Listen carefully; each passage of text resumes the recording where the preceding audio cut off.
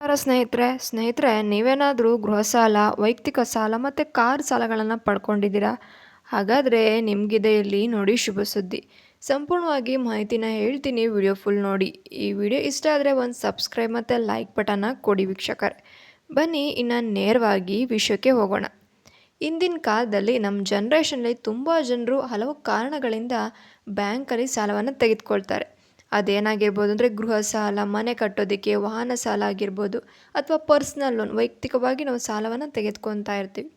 ವಿವಿಧ ಸಂದರ್ಭದಲ್ಲಿ ನಾವು ತೆಗೆದುಕೊಳ್ತಾ ಇರ್ತೀವಿ. ಇನ್ನು ಹೀಗೆ 3-4 ಸಾಲಗಳನ್ನು ತೆಗೆದುಕೊಂಡಾಗ ನಾವು ಪ್ರತ್ಯೇಕವಾಗಿ ಪಾವತಿಸಬೇಕಾಗುತ್ತೆ.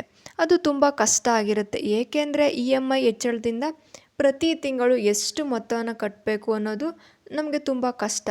ಅದಕ್ಕಾಗಿ ಸರ್ಕಾರ ಮತ್ತು ಬ್ಯಾಂಕು ಸ್ವಲ್ಪ ಗಡುವು ಕೂಡ ನಮಗೆ ನೀಡ್ತಾ ಬರ್ತಾ ಇರುತ್ತೆ. ಇನ್ನು ಇಲ್ಲಿ ಬಹುಸಾಲಗಳ ಒಂದು ಏಕೀಕರಣ ಆಗ್ತಾ ಇದೆ. ನೀವು ಬಹುಸಾಲವನ್ನು ತೆಗೆದುಕೊಳ್ಳುವ ಅಗತ್ಯವೂ ಇಲ್ಲ ಮತ್ತು ವಿವಿಧ EMIಗಳನ್ನು ಪಾವತಿಸುವ ಅಗತ್ಯವೂ ಕೂಡ ಇಲ್ಲ. ಈಗ ಮರುಪಾವತಿ ಪ್ರಕ್ರಿಯೆಯನ್ನು ಸುಲಭಗೊಳಿಸಿದೆ. ನೀವು ಒಂದಕ್ಕಿಂತ ಹೆಚ್ಚು ಸಾಲವನ್ನು ತೆಗೆದುಕೊಂಡ್ರೆ, ಉದಾಹರಣೆಗೆ ನೀವು ವೈಯಕ್ತಿಕ ಸಾಲ, ವಾಹನ ಸಾಲ ಇತ್ಯಾದಿ EMIಗಳನ್ನು ಒಟ್ಟಿಗೆ ನೀವು ಪಾವತಿಯನ್ನು ಮಾಡಲ್ಬೋದು. ವಿವಿಧ ಸಾಲಗಳಿಗೆ EMIಗಳಿಗೆ ಒಂದೇ ಮರುಪಾವತಿಯ ಆಯ್ಕೆಯನ್ನು ಬ್ಯಾಂಕ್ ನಿಮಗೆ ನೀಡಿದೆ ವೀಕ್ಷಕರೇ. ನೀವು ನಮ್ಮ ಗ್ರಾಹಕರು ಏನಿದ್ದಾರೆ ಬ್ಯಾಂಕಿನಲ್ಲಿ ಬಹುಸಾಲಗಳನ್ನು ತೆಗೆದುಕೊಂಡಿದ್ದಾರೆ, EMI ಮೂಲಕ ಅದನ್ನು ಪಾವತಿ ಮಾಡ್ತಾ ಇದ್ದಾರೆ. ಅವರು ವಿವಿಧ ಸಾಲಗಳನ್ನು ತೆಗೆದುಕೊಳ್ಳುವಾಗ ಅವುಗಳನ್ನು ಟ್ರ್ಯಾಕ್ ಮಾಡುವುದು ಕೂಡ ತುಂಬ ಕಷ್ಟ.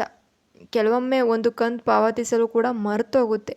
ಒಂದು ತಿಂಗಳಿಗೆ 3 EMIನ ಕಟ್ಟಬೇಕು ಅಂತಂದರೆ ನಮಗೆ ಸ್ವಲ್ಪ ಕಷ್ಟ ಕೂಡ ಆಗುತ್ತೆ. ಯಾವ ತಿಂಗಳಲ್ಲಿ, ಯಾವ ಡೇಟಲ್ಲಿ ಯಾವುದನ್ನು ಪಾವತಿ ಮಾಡಬೇಕು ಅನ್ನೋದು ಟ್ರ್ಯಾಕ್ ಮಾಡೋದನ್ನು ತಿಳ್ಕೊಳ್ಳೋದಕ್ಕೆ ಆಗದೆ ಅದು ಮರೆತು ಕೂಡ ಹೋಗಿರುತ್ತೆ. ಇದರಿಂದ ನೀವು ಸಾಲವನ್ನು ಮರುಪಾವತಿಯನ್ನು ಮಾಡಲಿಲ್ಲ ಅಂದರೆ ನಿಮಗೆ ಸಮಸ್ಯೆ ಹೆಚ್ಚಾಗುತ್ತೆ. ಶುಲ್ಕಗಳು ಕೂಡ ಹೆಚ್ಚಾಗೋ ಸಾಧ್ಯತೆ ನಿಮಗಿದೆ. ಇದರಿಂದ ನಿಮ್ಮ ಕ್ರೆಡಿಟ್ ಸ್ಕೋರ್ ಸಹ ಕಡಿಮೆ ಆಗುತ್ತೆ ವೀಕ್ಷಕರೇ. ಕ್ರೆಡಿಟ್ ಸ್ಕೋರ್ ಏನಾದರೂ ಕಡಿಮೆ ಆದರೆ ಸಾಲವನ್ನು ಪಡೆಯುವುದು, ಮತ್ತೆ ನೀವೇನಾದರೂ ಸಾಲ ಪಡಿಬೇಕು ಅಂದರೆ ತುಂಬ ಕಷ್ಟ ಆಗುತ್ತೆ. ಆದ್ದರಿಂದ ಯಾವಾಗಲೂ ಕೂಡ ಮರುಪಾವತಿ ಮಾಡಿದ್ಮೇಲೆ ನಿಮ್ಮ ಕ್ರೆಡಿಟ್ ಸ್ಕೋರ್ನನ್ನು ಒಂದು ಸುಧಾರಣೆಯಲ್ಲಿ ಇಡಬೇಕಾಗುತ್ತೆ.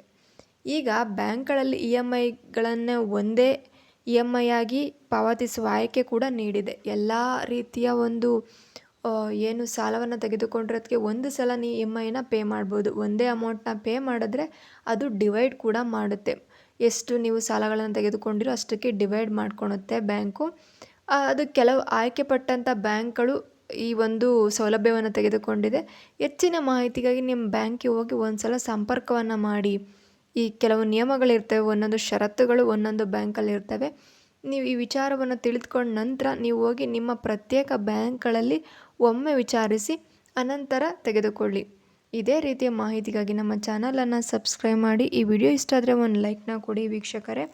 ಥ್ಯಾಂಕ್ ಯು, ಧನ್ಯವಾದಗಳು.